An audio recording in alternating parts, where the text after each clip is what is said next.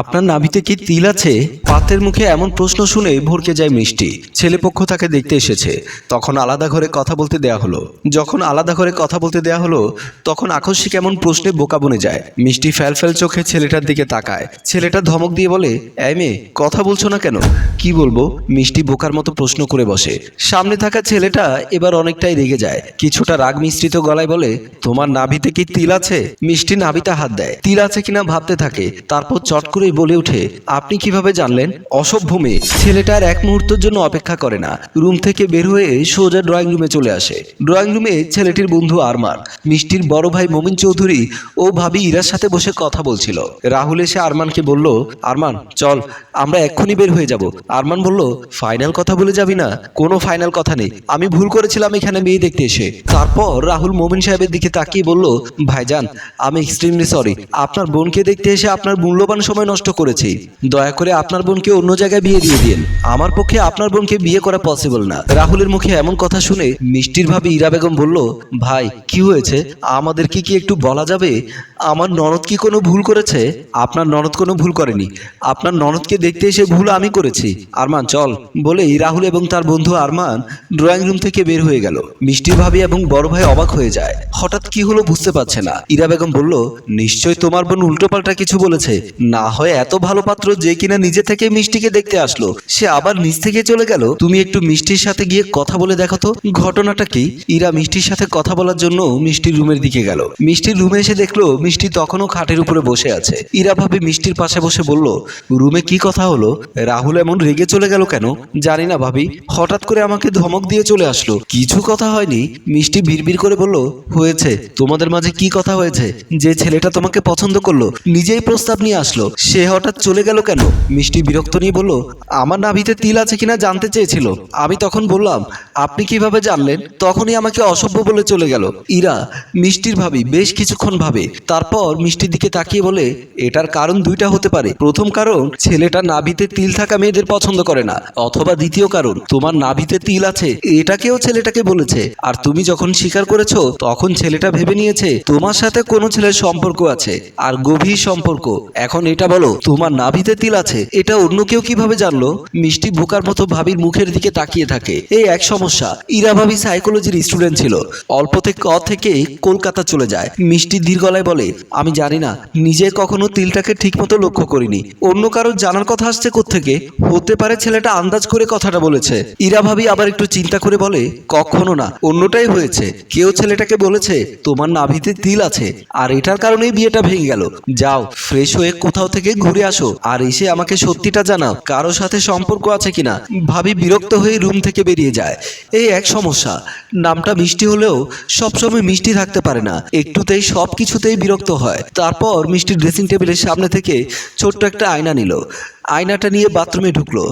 আদৌ কি তার নাভিতে তিল আছে কিনা সেটা তার পরখ করে দেখা উচিত। নিজে থেকে অনেক দেখার চেষ্টা করেছিল, কিন্তু দেখছে না বলে আয়নাটা সামনের দিকে ধরে তার নাভিতে আদৌ তিল আছে কিনা সেটা দেখার চেষ্টা করলো, কিন্তু সে ভালো করে খেয়াল করতে পারছে না, যেখানে সে নিজেই বুঝতে পারছে না তার নাভিতে তিল আছে কিনা। সেখানে ওই রাহুল কিভাবে বুঝতে পারলো? আদৌ কি রাহুল কারো কাছ থেকে শুনেছে কেউ কি রাহুলের সাথে তার বিয়েটা ভেঙে দেওয়ার জন্য রাহুলকে মিথ্যে কথাটা বলেছে? নানা টেনশন মাথায় ঘুরপাক খাচ্ছে। পরক্ষণে ভাবলো, ধুর, এত টেনশন করে লাভ কি? আল্লাহ যার সাথে বিয়ে ঠিক করে রেখেছে তার সাথে বিয়ে হবে। তবে এই মুহূর্তে মনটা ফ্রেশ করা দরকার। তাই মুখে হালকা পানি মেরে একটু ফ্রেশ হয়ে বাথরুম থেকে বের হয়ে গেল। নিজের রুমে এসে বান্ধবী মিতুকে ফোন দেওয়ার জন্য মোবাইলটা হাতে নিল। মিতু পড়ার টেবিলে বসে পড়ছিল। মিষ্টির কল দেখে মিতু কলটা রিসিভ করলো। মিষ্টি কিছু বলার আগেই মিতু প্রশ্ন করলো, কি রে, তোর কি বিয়ে ফাইনাল হয়ে গেছে? ছেলে কি করে? বিয়ে কখন? হানিমুনে কোথায় যাবি? বাবা একটু দম নে, সব প্রশ্ন যদি একসাথে করিস উত্তর দেব কিভাবে? আচ্ছা দম নিলাম, এবার বল। প্রথমত আমাদের বিয়েটা হচ্ছে না। মিতু অবাক হয়ে গেল। তারপর বলল, শুনলাম ছেলেটা তোকে মার্কেটে দেখে নিজে থেকে পছন্দ করে তোদের বাড়িতে প্রপোজাল নিয়ে গেল। কি এমন সমস্যা দেখে না করে দিল? নাভিতে তিলের কথা শুনে বিয়েটা হচ্ছে না মানে? সব বলবো, তুই এখন ইফতি কফি শপে আয় বলেই মিষ্টি মোবাইলের লাইনটা কেটে দিল। ইফতি কফি শপে আগে থেকে বসা ছিল মিতু। মিষ্টি কফি শপে ঢুকতে ঢুকতেই মিতু বলল, তারপর কি হলো? ছেলেটা দেখতে কেমন ছিল রে? থাম না ইয়ার, আমাকে দম নিতে দে। দোস্ত, দম পরে নিবি, আগে বল শালা কিভাবে জানলো তোর তিলের কথা? সে কি স্বপ্ন দেখে এসেছে? ধুর, এত খোঁজ নিয়ে কি হবে? চিন্তায় আমার মাথা ব্যথা করছে। না, সেটাও ঠিক। আচ্ছা, বিয়েটা কি ভেঙে গেল? থাম না প্লিজ, এসব ভালো লাগছে না। চাকরির অ্যাপ্লাই করলাম, ইন্টারভিউ কবে কিছু কি জানিস? মেসেজ এসেছে দেখিসনি? কালকে ইন্টারভিউ।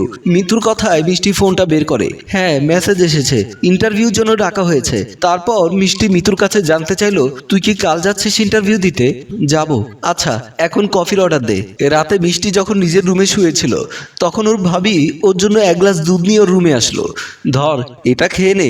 না ভাবি, এখন দুধ খাবো না, মন ভালো নেই। আচ্ছা, তোর কি মনে পড়ছে? কি, কখনো তোর মনের ভুল কিংবা কোথাও গোসল করতে গিয়ে কেউ কি তোর নাভির পাশে তিল দেখেছিল?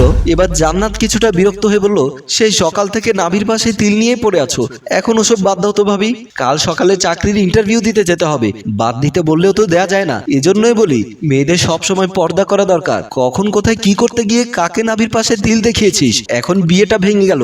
ভাবি, তুমি কি যাবে? জান্নাত বিরক্ত হয়ে যাচ্ছে দেখে ইরা ভাবি খাটের পাশে দুধের গ্লাসটা রেখে চলে গেল। সকালবেলা মিষ্টি ইন্টারভিউ দিতে যাচ্ছিল। ড্রয়িং রুমে বসে পেপার পড়ছিল মিষ্টির বড় ভাই মমিন চৌধুরী। মিষ্টিকে দেখে বলল, কোথায় যাচ্ছিস? ইন্টারভিউ দিতে। আজ না গেলে হতো না? ইন্টারভিউ বোর্ড কি আমার জন্য বসে থাকবে? তাছাড়া চাকরিটাও ভালো, স্যালারিও অনেক, তাই অপরচুনিটিটা হাতছাড়া করতে চাচ্ছি না। তাড়াতাড়ি চলে আসিস, বিকেলে তোকে আরেকটা পাত্রপক্ষ দেখতে আসবে।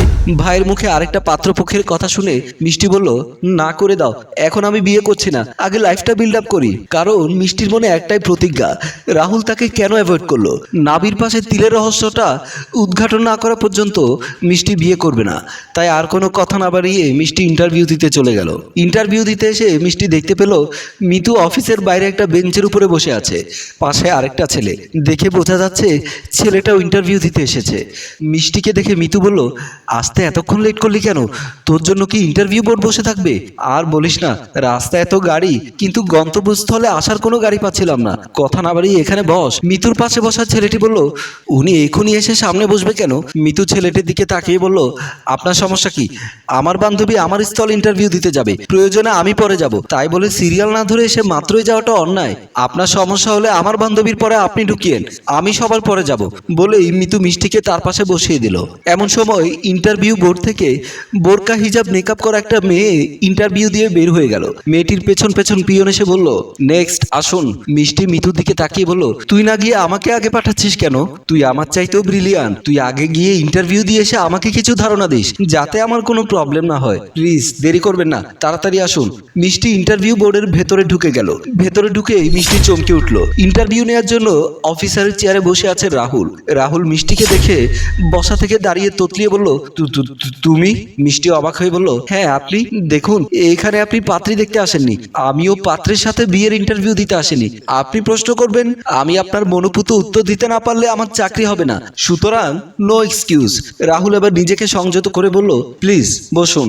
বসার আগে জানতে চাই, আমার নাভির পাশে তিলের রহস্য কি? হ্যালো ভিউয়ার্স, আমাদের গল্প এখানেই শেষ নয়। আমরা আপনার মূল্যবান কমেন্ট আশা করছি। আপনার কমেন্টে আপনার ধারণাটা লিখে দিন, দেখি আমাদের লেখকের চিন্তাধারার সাথে আপনার কতটুকু মিল আছে। আপনারা কমেন্ট লিখতে পারেন, মিষ্টির নাভির পাশে তিলের রহস্য কি? আপনার সুন্দর কমেন্টের উপরে ভিত্তি করে আমরা দ্বিতীয় পর্ব সাজাবো। ততক্ষণ পর্যন্ত আপনারা সবাই ভালো থাকুন, আর আমাদের গল্পটি ভালো লাগলে এক্ষুনি শেয়ার করে দিন। ধন্যবাদ।